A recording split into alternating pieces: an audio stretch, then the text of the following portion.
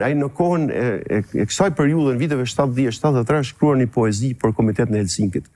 Domthon e ndjente frymën e rinisë, e ndjente frymën e lirisë dhe u thoshte shqiptarëve dhe atyre, domthon gardianëve që po bie ky sistem, po bie në ngërmin dhe po vjen një erë e re, ku popujt thotë të Evropës do thurin valle mes tyre.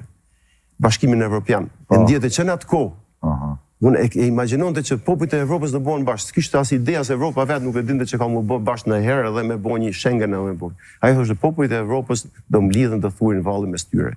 Dhe ne, sipas tij, është faktikisht, jemi pjesë e kësaj valle. Po. Pavarësisht se hala si kemi bë kushtet më fut. Edhe nashta me këta politikanë që jemi ne askur s'kemi për të fut. Por ai e ndjente në burg çfarë ne në liri nuk e dinim. Ka qenë jashtëzakonshëm. Dhe është një personazh që pranë thashë është më shumë se sa Che Guevara, Che Luma. Se nuk ka pas regjim më të egër komunist në botë se sa në regjimi i Enver Hoxhës.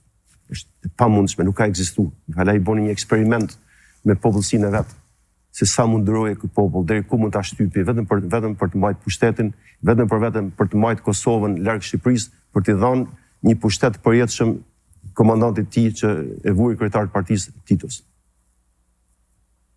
Në vujtëm ne shqiptarët në Shqipëni, vujtët edhe ju shqiptarët në Kosovë për një njeriu.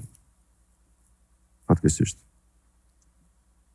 Sa rrëfime. Po është e tmerrshme është. Varja u bën në 88 në fakt. 88. Mjafton vetëm këtë me analizu. Shifja gjurmë të gjakut.